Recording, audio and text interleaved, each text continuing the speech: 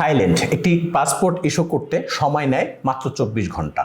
Bangkok পার্শ্ববর্তী দেশ, মাত্র 24 ঘন্টার মধ্যে একজন নাগরিক সেখানে পাসপোর্ট পান।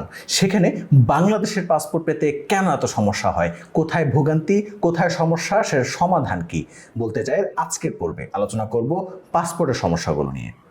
বাংলাদেশ ও বিশ্বের রাজনীতি, অর্থনীতি, ধর্ম, অনাচার, অবিচার ও সমাজের প্রয়োজনীয় বিষয়গুলো নিয়ে জনসাধারণের কথা তুলে ধরতে বলতে চাই। সাথে আছি আমি তামিম হুসাইন শাহ। দেখুন, বাংলাদেশ একটি স্বাধীন রাষ্ট্র, বহু আগে স্বাধীন হয়েছে, স্বাধীনতার 50 বছর আমরা পেরিয়ে গেছি। এখনো কিন্তু নাগরিক সুবিধা যেটা একজন নাগরিকের প্রাপ্য, যেটা একজন নাগরিকের খুবই দরকার, সেই সুবিধাটা এখনো বাংলাদেশের মানুষ ভোগ করতে পারেনি, ভোগ করার সুযোগ পায়নি।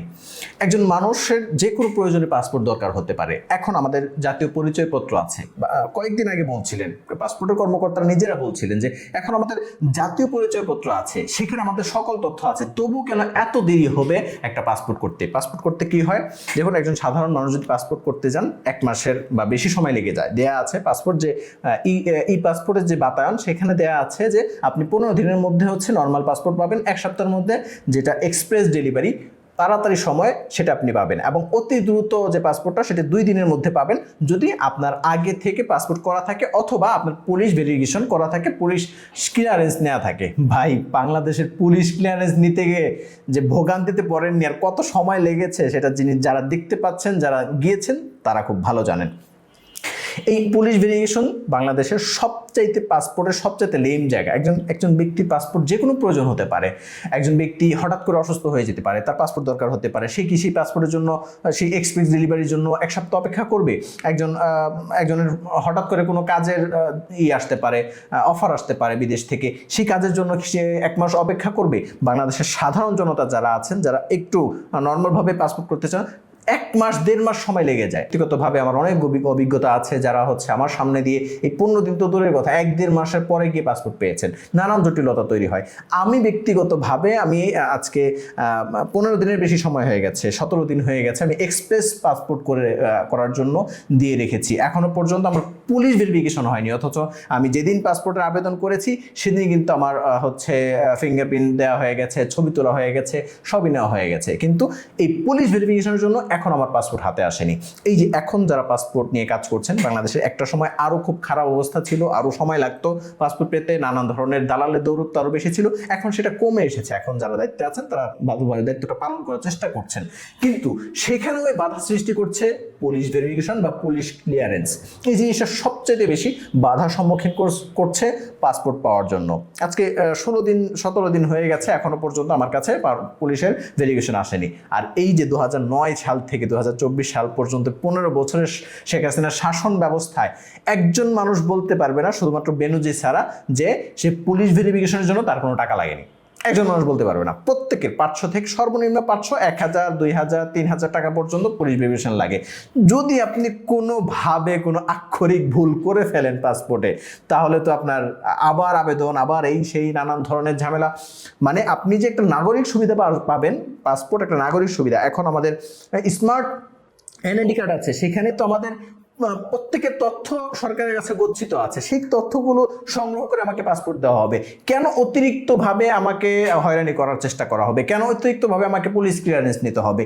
পুলিশ, আমার যদি দেশের বাইরে যাওয়ার কোনো প্রতিবন্ধকতা থাকে, সেটা তো ইমিগ্রেশন অফিস দেখবে। ইমিগ্রেশন অফিস জানিয়ে দেবে যে আমি বাইরে যেতে পারবো না, আমি ভিসা করতে পারবো না, সেই দেশগুলো আমাকে বিবেচনা করবে। পাসপোর্ট দেওয়ার ক্ষেত্রে কেন এত ভেরিফিকেশন লাগবে? একটা সময় বাংলাদেশে ছিল যে বিভিন্ন অপরাধ করে মানুষ চলে যেত দেশের বাইরে, এই জন্য ভেরিফিকেশনের দরকার হতো। এখন তো ইমিগ্রেশনে আপনার সমস্ত তথ্য আছে, সবকিছু অনলাইনে আছে, আপনি ক্লিক করে দেখতে পাচ্ছেন আপনার নামে কোনো মামলা আছে কিনা। তাহলে পাসপোর্ট কর্মকর্তাদের কাছে এই ধরনের তথ্যের বা এই ধরনের তথ্য সংরক্ষণের অবস্থা কেন থাকবে না, যে তারা চাইলেই যেন দেখতে পারে যে উনি আমাদের কাছে পাসপোর্ট আবেদন করেছে, এই পাসপোর্ট আবেদনকারীর কোনো মামলা আছে কিনা, এই এনআইডির মাধ্যমে যিনি আবেদন করেছেন তার কোনো মামলা আছে কিনা। মামলা নেই, আমি তাকে পাসপোর্ট দিয়ে দিচ্ছি। আর যদি এমন হয়ে থাকে যে তার নামে মামলা আছে, তদন্ত করা দরকার, সেটি করবে, সেটা আলাদা হিসাব। যেটা তদন্ত করা দরকার সেটা ঢালাওভাবে সকলের তদন্ত দরকার। একজন ভালো মানুষের তদন্ত দরকার, একজন অসুস্থ মানুষের তদন্ত দরকার, একজন বৃদ্ধ মানুষের তদন্ত দরকার। একজন বাচ্চা যদি এমন হয় যে 6 মাস যাবত জন্ম হয়েছে বা 1 বছর জন্ম হয়েছে, সে তার বাবা মার সাথে ঘুরতে যাবে, সে তার বাবা মার সাথে চিকিৎসা নিতে যাবে, তার পাসপোর্টের ভেরিফিকেশন আসে। কি অদ্ভুত ব্যাপার! 6 মাসের বাচ্চাকে অপরাধ করেছে, তার নামে কি মামলা আছে? কি অযৌক্তিক বাংলাদেশ! এই সমস্যার সমাধান একটা জায়গায়, সেটা হচ্ছে পুলিশ ভেরিফিকেশন উঠিয়ে দিতে হবে।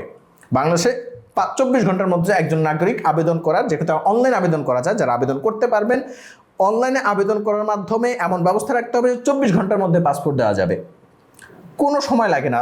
বা অন্তত পক্ষে এটা করা যেতে পারে, যেহেতু আঞ্চলিক বিষয়টা, এখন এটারও করার দরকার নেই যে আপনার স্ক্যান করতে হবে, আই স্ক্যান করতে হবে, আপনার ফিঙ্গারপ্রিন্ট দিতে হবে, ছবি তুলে, এটার দরকার নেই। সৌদি থেকে তারা অ্যাপের মাধ্যমে সেলফ রেজিস্ট্রেশন করে ফেলছে, অ্যাপের মাধ্যমে হাতের আঙ্গুলগুলো স্ক্যান করে নিচ্ছে, চোখের স্ক্যান করে নিচ্ছে, ছবি তুলে নিচ্ছে, সব এগুলোর মাধ্যমে করে নিচ্ছে। সৌদি আরবে বসে যদি রেজিস্ট্রেশন করে নিতে পারে সেলফ রেজিস্ট্রেশন অ্যাপের মাধ্যমে, তাহলে বাংলাদেশে বসে কেন বাংলাদেশের মানুষ সেটা করতে পারবে না? এই পদ্ধতিতে যদি আপনি এই কাজটা সম্পূর্ণ করে ফেলেন, তাহলে কিন্তু এগিয়ে গেল। যখন আবেদন করবে তখন সে নিজে নিজে অ্যাপের মাধ্যমে সে তার হচ্ছে আই স্ক্যান দিয়ে দিবে, সে তার ফিঙ্গারপ্রিন্ট স্ক্যান করে দিবে, সে তার ছবি তুলে দিবে, ব্যাস হয়ে গেল এখানে সমস্যার সমাধান। এরপরে আমরা যদি আসি প্রিন্টিংয়ের বেশি সময় লাগে না, এটা সবাই জানে। আসি আমরা ডেলিভারিতে, যে 24 ঘন্টার মধ্যে যদি পাসপোর্ট দিতে হয় তাহলে ডেলিভারি একটু সমস্যা হবে।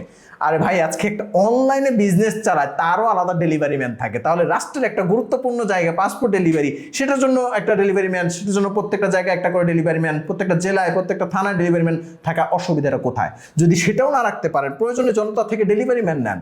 প্রত্যেকটা সিটি শহরে মাত্র 50 থেকে 60 টাকার মধ্যে এখন ডেলিভারি হয়, সিটি শহর বাহিরে সর্বোচ্চ 100 থেকে 120 টাকার মধ্যে ডেলিভারি হয়। যে কোনো নাগরিক দেওয়ার জন্য প্রস্তুত, যে আমি 500, 600, 1000 টাকা খরচ করে আমার সময় বাঁচানোর জন্য, সময় ক্ষেপণ করে আমি পাসপোর্ট অফিসে পাসপোর্ট আনার জন্য যাব না। আমি স্বল্প সময়ের মধ্যে বাসায় বসে পাসপোর্ট নেবো, আমি 100 টাকা ফি দিয়ে দিব, ডেলিভারি ফি, কোনো সমস্যা নেই।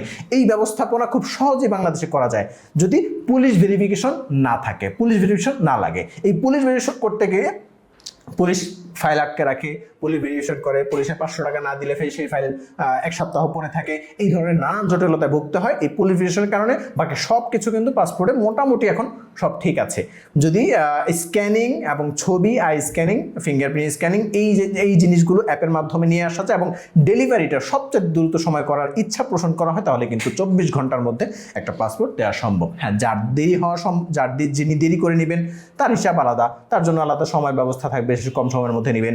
যার কোনো মামলা থাকবে, যার কোনো সমস্যা থাকবে, সে আলাদাভাবে তার তদন্ত হবে, তার কোনো সমস্যা আছে কিনা, সে দেশের বাইরে যাবে কিনা, যেতে পারবে কিনা, অনুমতি আছে কিনা, সে ব্যবস্থা গ্রহণ করা হবে। কিন্তু যা ঢালাওভাবে সাধারণ নাগরিকদের কেন এই হয়রানির সম্মুখীন হতে হবে? এই হয়রানি থেকে সাধারণ মানুষ মুক্ত চায়, এই হয়রানি থেকে বাঁচতে চায়, সেই জন্য পাসপোর্ট ব্যবস্থায় অবশ্যই নান্দনিকতা আনতে হবে, পরিবর্তন আনতে হবে, আধুনিকতা আনতে হবে। তাহলে সাধারণ মানুষ এই পাসপোর্টের যে সুবিধাটা পাওয়া, দেশের নাগরিকদের যে অধিকার, সেই অধিকার পেতে পারবে। আজকের বাংলাদেশ আরও বেশি সুন্দর হোক, আরও বেশি চিন্তার মাধ্যমে, আরও বেশি পরামর্শের মাধ্যমে। আশা করব সুন্দর বাংলাদেশ নিয়ে আমরা এগিয়ে যেতে পারবো। সাথে থাকুন বলতে চাই এর। কমেন্ট করে জানান আপনার মতামত, বা আপনার যে কোনো তথ্য, আপনার মনের কথা বলতে চাই বলতে অবশ্যই আমাদের মেসেজ করে বা ইমেল করে জানাতে পারেন। ভালো থাকুন, সুস্থ থাকুন, দেখা হবে পরবর্তী কোনো আলোচনায়।